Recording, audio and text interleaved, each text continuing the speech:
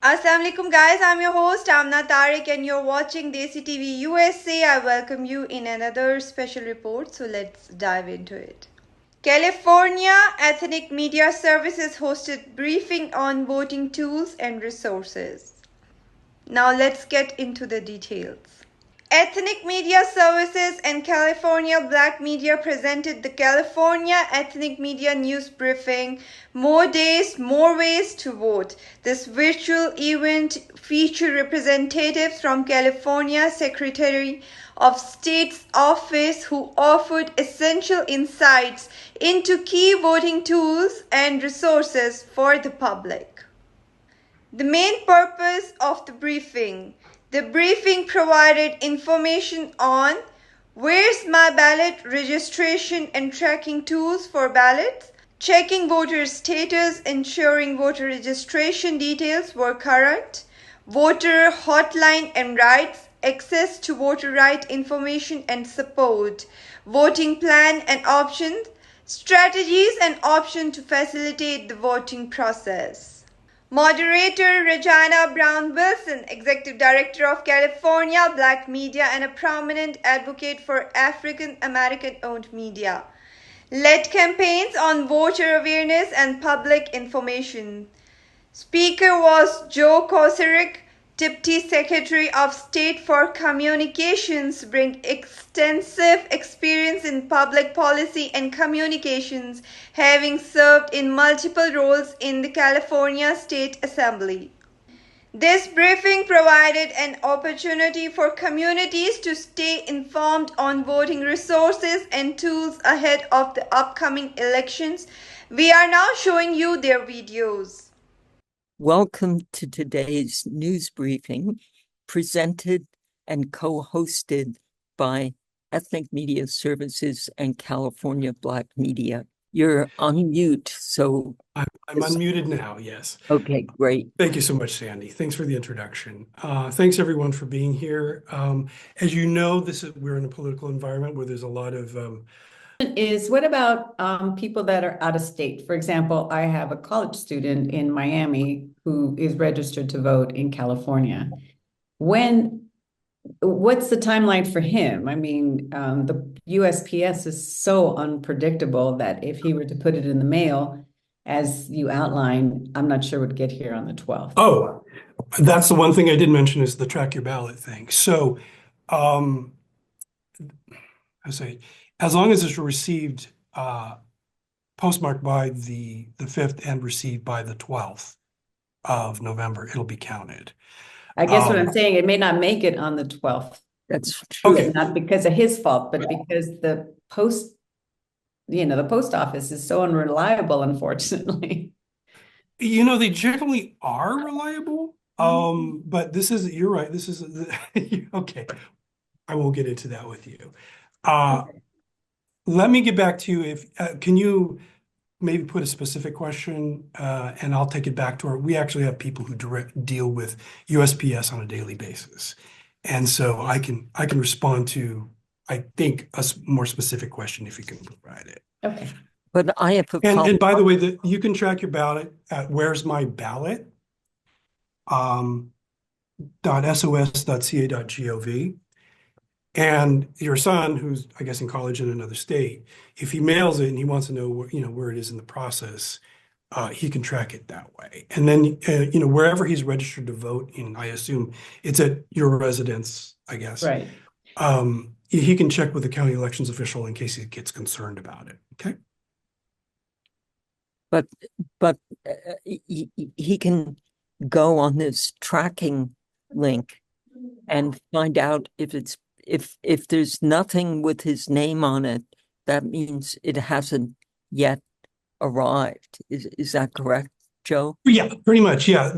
Once it's received at the center, they'll get a notice. And the Where's My Ballot, they offer text, they offer a voice call or email as so that you can track it. And most of us probably prefer text. I get texts. Okay.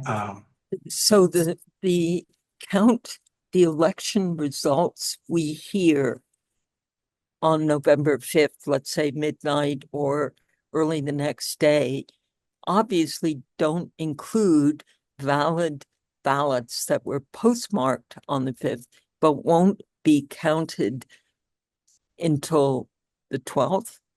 Well, until they're received, right. Okay. And you know, yeah. I mean, let's just say it doesn't mean that they have to be received by the 12th. They don't have to be counted by the 12th. So, So we have a it's 30-day vote counting process we call it the canvass. And so it just has to be received by the 12th, and then, it'll be processed as soon as possible. So, Martha, obviously in such a tight election, I would urge your son to send the mail ballot. Hi, Sandy. This is Vidya from India Post newspaper. So we've been reading a lot of articles and hearing in the television as well that in California, no ID cards are going to be checked during the in-person and polling booths. So can you please explain about it? And there are a lot of immigrant families who are going to vote for the first time. So what are the things they have to carry to the polling booth? Their IDs are requested during the registration process. In California, we don't require it at the polling place unless I believe unless they are registering the same day. So that's one of those situations that we're talking about. So largely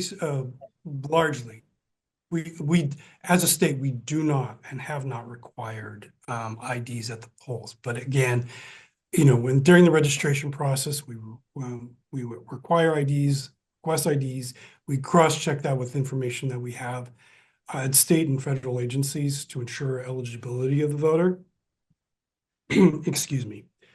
I hope that's helpful, but unless there's a special circumstance with your readers, they just need to take the ballot they received in the mail and themselves to the polling place.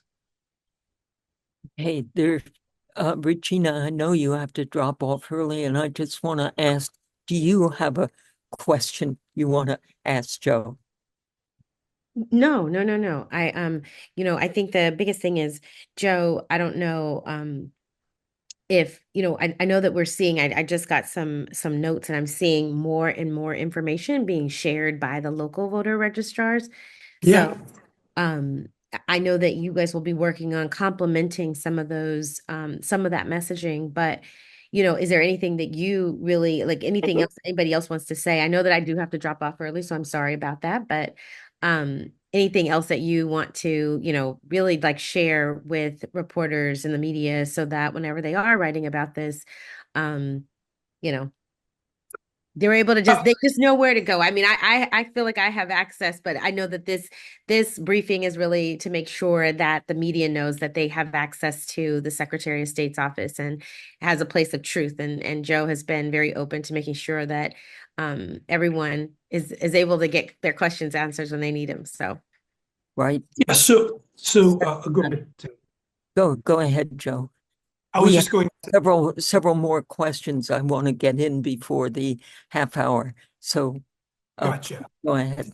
Regina, people can, there is accurate elections information on the Secretary of State's webpage.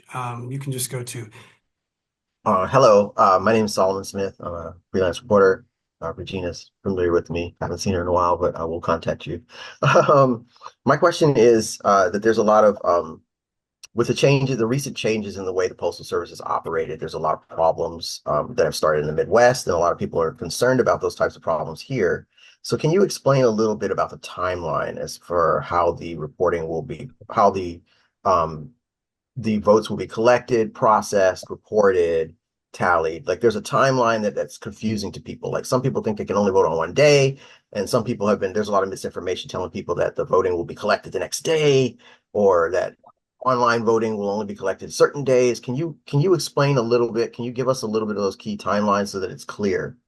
Okay, so that we don't have online voting. We will provide ballots. Not online. I mean, I'm sorry. I meant mail-in voting. Mail-in voting. Okay, mail-in voting. Okay, so the timeline, voters can put their ballot in the mail with the prepaid postage on the envelope today through November 5th, provided on the 5th that it is postmarked on the 5th.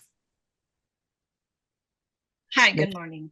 Yeah, Can you hear please me? Okay. ask your question. So I did a coverage for similar voting in Minnesota, and they allow an escort who is English speaking to escort an LAP or limited English proficient voter at the polls. I was just wondering if California has similar ruling on something like that.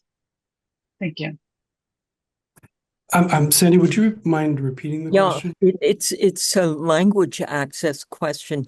If you go to the polls and you're limited English, can you bring an English speaker with you to help you get through the language? How do I put this? If they've received the ballot, sir? Yes, yeah.